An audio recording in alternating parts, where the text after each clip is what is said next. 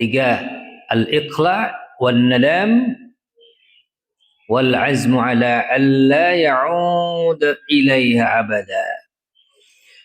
Yang pertama, syarat taubat bila ingin diterima, pertama adalah an-nadam, menyesal telah berbuat maksiat. Menyesal dulu. Yalah, kenapa kada sembahyang, menyesal ya. Okay. Setelah menyesal, al-iqla' yakni tidak akan mengulangi perbuatannya itu. Kada mau lagi rajin sembahyang, ya kah? Yang terakhir adalah wal azmu ala alla ya'uda ilaiha abada.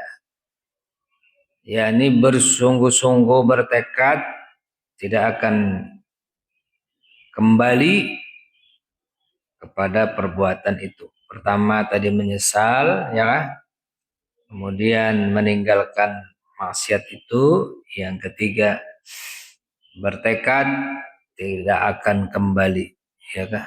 Nah, banyak keanakan wa ini, yakni hampir narkoba sekalinya tak umpat-umpat lagi, ya. Nah, tiga syaratnya.